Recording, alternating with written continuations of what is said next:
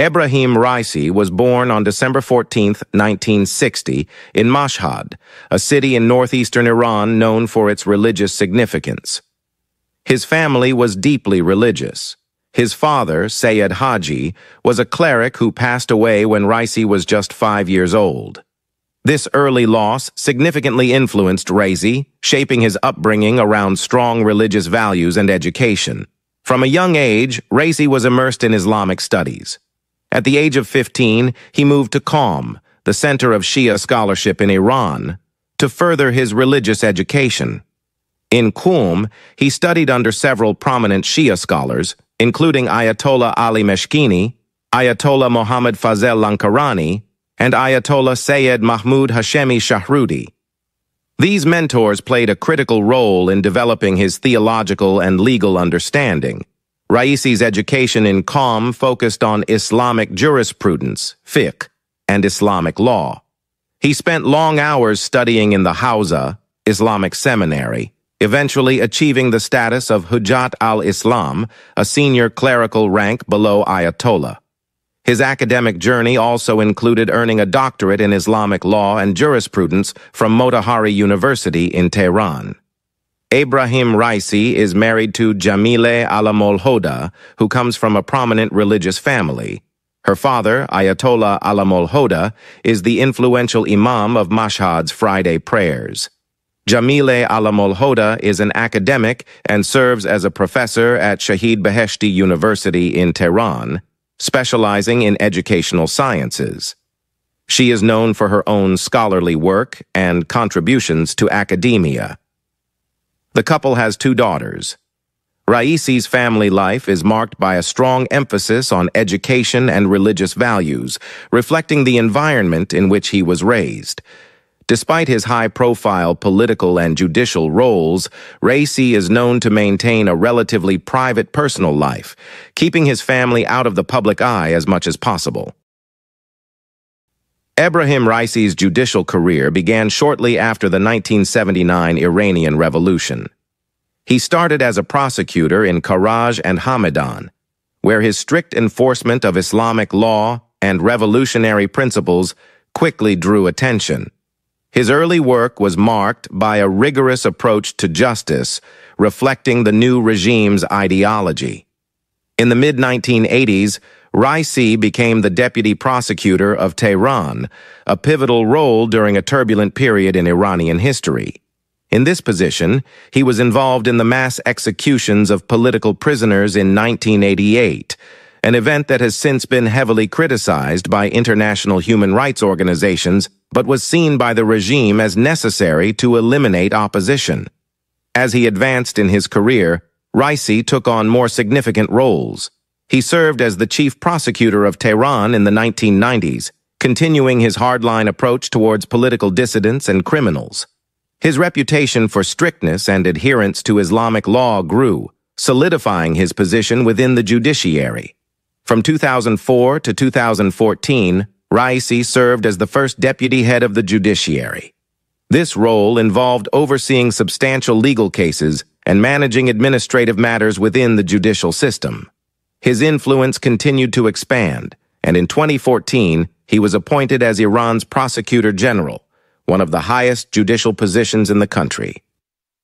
In 2016, Supreme Leader Ayatollah Ali Khamenei appointed Raisi as the custodian of Astan Quds Razavi, a powerful religious foundation administering the Imam Reza Shrine in Mashhad. This position significantly increased his economic and political influence. In March 2019, Raisi was appointed as the head of Iran's judiciary by Ayatollah Khamenei. As head of the judiciary, he implemented reforms aimed at combating corruption within the judicial system and government. He promoted justice-seeking and was involved in high-profile anti-corruption trials, focusing on economic crimes to address the frustrations of many Iranians dealing with corruption and economic hardships. Astan Quds Razavi administers the Imam Reza Shrine, one of the holiest sites in Shia Islam, attracting millions of pilgrims annually. As the custodian, Raisi was responsible for overseeing the shrine's management, including religious, administrative, and economic activities. The foundation's vast resources and extensive properties across Iran, including agricultural lands, businesses, and real estate, added to its importance. The foundation is one of the wealthiest and most powerful institutions in Iran, with extensive assets and business interests. Its economic activities span various sectors, including agriculture, industry, and services. As the head of Untold Razavi, Raisi had significant control over these assets, enhancing his influence within Iran's economic landscape. Raisi's chairmanship of Untold Razavi also had substantial political implications. The position increased his visibility and bolstered his standing within Iran's political elite. It provided him with a platform to engage with various social and political groups, furthering his reach and influence. Under Raisi's leadership, Untold Razavi increased its charitable activities, supporting education, healthcare, and social services. This effort aimed to improve the foundation's public image and strengthen its ties with the broader community. Raisi's tenure at Untold Razavi was not without controversy. Critics argued that the foundation's vast economic power and lack of transparency allowed for potential misuse of funds and resources. There were concerns about the concentration of wealth and power in the hands of a few individuals and institutions closely aligned with the regime. Despite these criticisms, Raisi's role as the custodian of Untold Razavi solidified his position within Iran's religious and political hierarchy. It provided him with the resources and platform to pursue higher political ambitions, culminating in his successful bid for the presidency in 2021. In 2017, Ebrahim Raisi announced his candidacy with the support of conservative factions within Iran's political establishment. Raisi's platform focused on addressing economic issues, reducing unemployment, and tackling corruption. He positioned himself as a defender of the poor and a champion of social justice, criticizing Rouhani's administration for failing to deliver on its economic promises. Raisi's campaign emphasized traditional and conservative values, seeking to appeal to the rural and lower-income urban voters who felt left behind by Rouhani's economic policies. He criticized the nuclear deal for not bringing immediate economic relief and argued that a more self-reliant economic approach was needed. Raisi also focused on issues of social justice and the need to combat corruption, presenting himself as a candidate who could restore integrity and efficiency to the government. The election saw a high voter turnout, with over 70% of eligible voters participating. The campaign was marked by spirited debates and rallies, reflecting the polarized political climate in the country. On election day, Hassan Rouhani won a decisive victory, securing over 57% of the vote compared to Raisi's approximately 38%.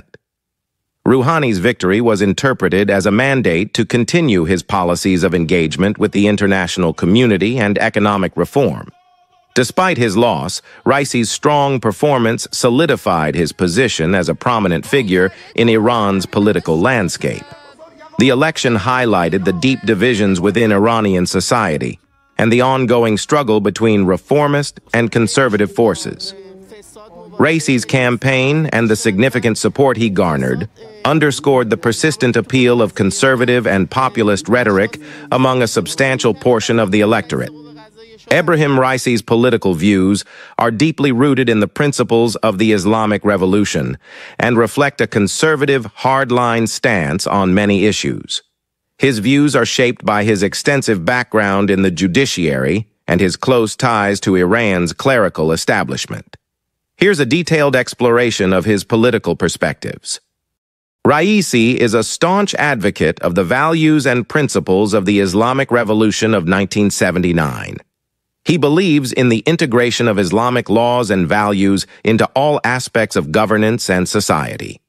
His political ideology is influenced by the teachings of Ayatollah Khomeini, the founder of the Islamic Republic, emphasizing the importance of maintaining an Islamic identity and resisting Western cultural influences.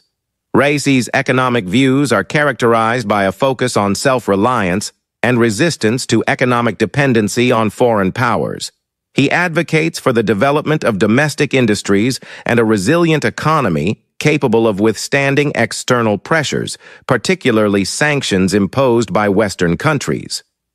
Raisi supports policies that aim to reduce unemployment, combat inflation, and promote economic justice. His administration has emphasized anti-corruption measures as a means to improve economic efficiency and restore public trust. Raisi's tenure as head of the judiciary was marked by high-profile anti-corruption campaigns, and he has carried this focus into his presidency. Raisi portrays himself as a defender of the poor and a champion of social justice. He advocates for expanding social welfare programs to support the most vulnerable segments of society. This includes subsidies for essential goods, housing projects for low-income families, and efforts to improve access to healthcare and education. Raisi's foreign policy views are characterized by a firm stance on national sovereignty and resistance to Western influence. He supports maintaining a strong defense posture and opposes any form of compromise that would undermine Iran's independence or its revolutionary ideals. He is skeptical of Western countries, particularly the United States, and their intentions towards Iran. Raisi has called for a balanced foreign policy that seeks to develop strategic partnerships with non-Western countries, including Russia and China.